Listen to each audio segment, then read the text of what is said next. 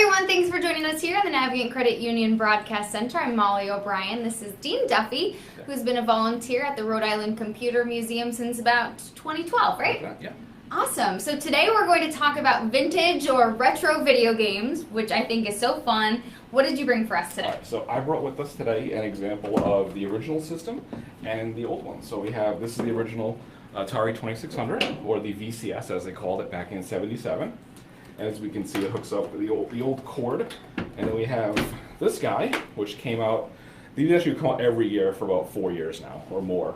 And these are everything this was, but 30 games built in, or the new ones, I think up to 80 games now, in these little tiny units.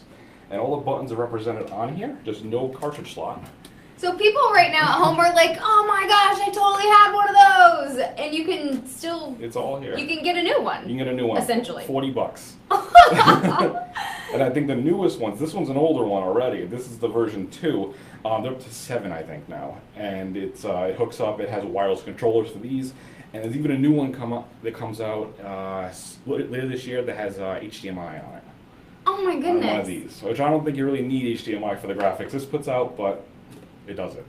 Oh my, so, and they all look the same. They all look the same. The newer one looks a little more streamlined. It actually tastes cartridges again, but you know, definitely more than that one. I don't think I had an Atari growing up, but I had, do you remember Intellivision? I do. I have one at home still. That was my first gaming system, which I thought was so fun. Yeah. And then you brought a Nintendo. I brought in, so this is the original Nintendo down here. This is from '85 when these had come out. And you know, they took the cartridges here, which I actually did bring with me. The old cartridges. Unfortunately, Duck Hunt doesn't work with these modern TVs nowadays, so we're kind of Duck Hunt no more on those. But everything else we can play still. So I used to only do the discs because it made me sad to shoot the ducks.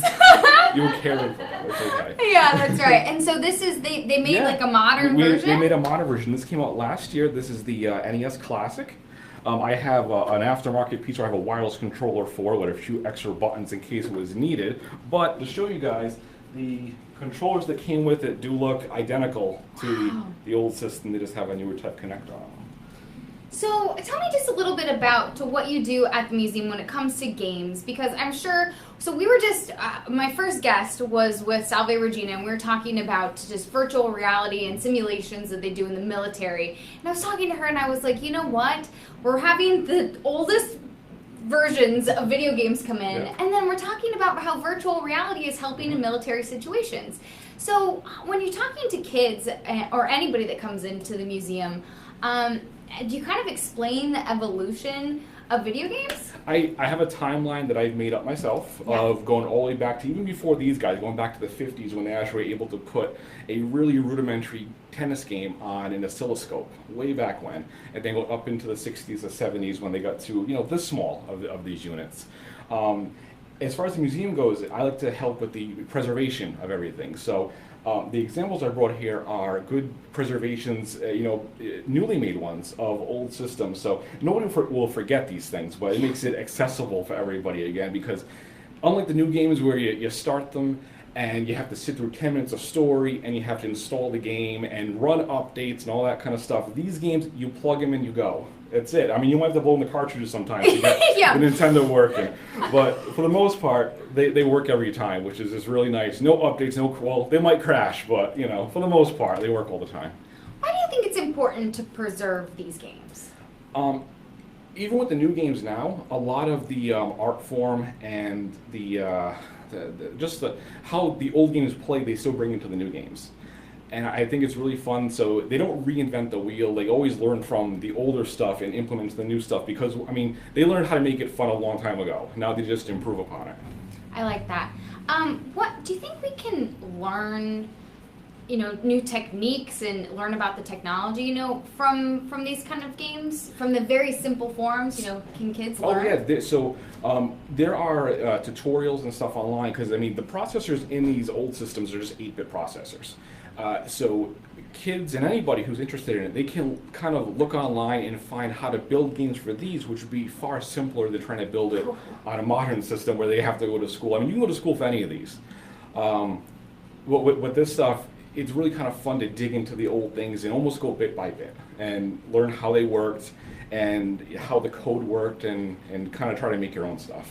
So is it, I mean, so from just going into the museum and being able to see these kind of games, that could really get a child interested in coding, right? Oh yeah. I mean, as far as the coding part goes, I know at the museum they do run workshops where they use Scratch, which is a little animated cat that you can actually use program type commands to make him move around the screen. So it's basically building a cartoon using programming language. So you could have him take 3 steps, jump, take 3 steps, meow, and you program all of those to make him do that. That's so cool. All right, so we're gonna take a look at some of these games. So we have so what were your favorite gamings? But I'm gonna have you turn and it's talk okay. to the camera, see if you can. We're gonna scroll through some of these. I mean, they have like all of the classics on here. Oh yeah, so all the great games are on here. A few more have been added by myself, that just the classics I wanted on here. So we have Legend of Zelda, Super Mario Brothers, Tetris, Galaga, a lot of just the really, really fun games. Oh my gosh, let's see. Okay, so let's see if I can, you said use A and B? Yeah. See if I remember how to do this. Hit start first. Hit start. Yeah. I had one of these, and I thought it was the coolest thing. Of course, my mom didn't ever let me really like play video games. Let's see if I can. Yeah, I did it. You got it. So when people come into the museum that aren't familiar with us, are they like, what is this stuff? Because they probably are used to all the fancy things. I mean, Tony was telling me, what was that game called, Tony? Dig Dug. We actually see a lot of when parents will bring their kids in. The kids actually will recognize Mario. I think everybody knows who Mario is. Everybody knows who And then the parents actually get excited seeing this too. and I've seen parents literally kind of take over and stop playing when the kids aren't doing as well. Like, no, you're not doing that right. Yeah, they don't forget. They know how to go back instantly. I mean, I'm surprised. I haven't played a video game in probably 20 years, and I'm surprised I remember how to do this. What other systems do you have at the Rhode Island Computer Museum? So at the museum we have Nintendo, we have Sega at the museum.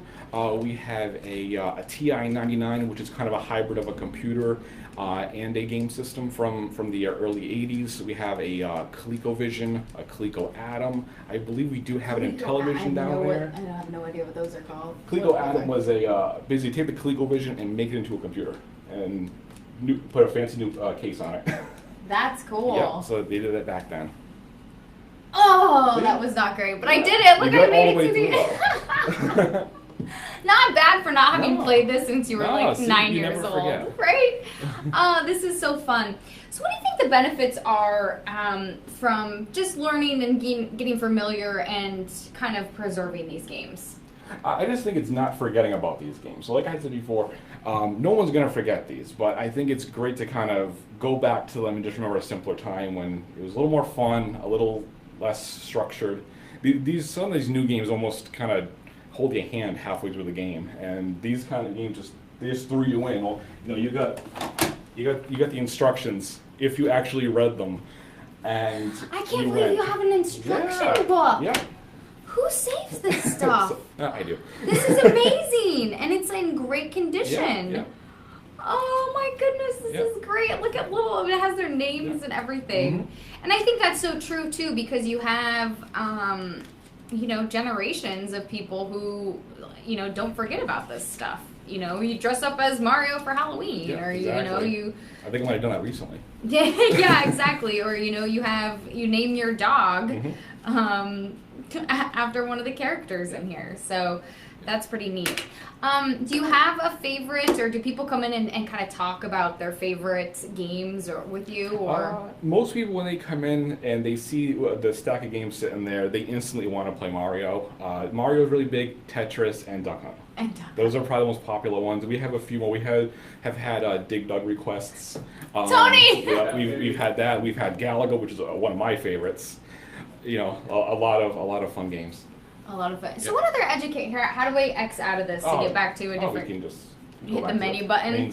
You hit eject, restart. What are some of the other educational opportunities you see with the retro gaming? I don't know. As far as going by that, I think playing into coding is the biggest thing. Yeah. Because a lot of kids, they get into coding by something that interests them. So in the same way they've kind of taken Minecraft and they made a coding version of Minecraft where instead of just playing the game, you're actually building elements for the game.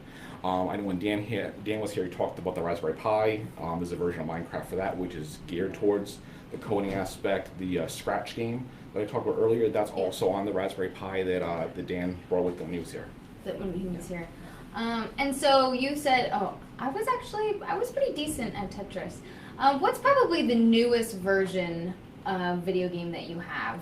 Video system, I should say. I have a Nintendo Switch. That's probably the newest one, and the first game I bought for that was Tetris. And is that the is that a handheld one? It's both. It's a handheld you can take with you, and then it docks into a little device so you can plug it into your TV. That's pretty cool. Yeah, it is. I think it's pretty neat. It's a really kind of really brought things to a new level with it. Okay. So when Dan was here last time, he was saying that people will come in and rent certain just different computers from the museum, and just to get the certain time periods like that. Do you think we'll end up seeing that when it comes to these video games, you know, whether it's movies or TV shows or whatever it is? Oh yeah, something like that. I know, I believe it's the Goldbergs on TV. Yeah. If you look in the background of that show, you'll see 80s everything. And being props on the show, they have the best of the best. They have the best toys. They have the best games. Everything. If you keep an eye out the whole time you're watching it, especially in the kids' room, you see everything on that show. And you kind of I always wonder where they find that stuff.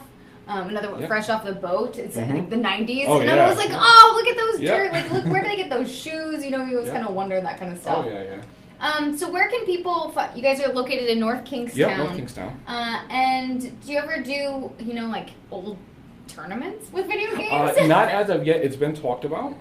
It's just kind of using the space for it, because right now we're always geared up for the Learning Lab. So we could probably reformat the area for a little kind of retro game night. It just depends on what we want to do. Where to go from there. Well, Dean, this has been really fun. We have to switch things over to Business Monday, so my Tetris skills definitely need some improvement. I remember doing this on my Game Boy and being so addicted, right? Sitting in the car. That game sold almost every Game Boy that came out. People wanted that game. You wanted that when you sit in the car and go on the road trips, right? Definitely. That's kind of what did it. I mean, this is probably good for you in some way, right? Oh, yeah. You know, patterns and puzzles, why not? Keeps your brain working. This is the only puzzle that I actually like doing. Dean Duffy from the Rhode Island Computer Museum, thanks so much for joining us today. I really appreciate it. It was a lot of fun. I feel like everybody probably wants to come and play.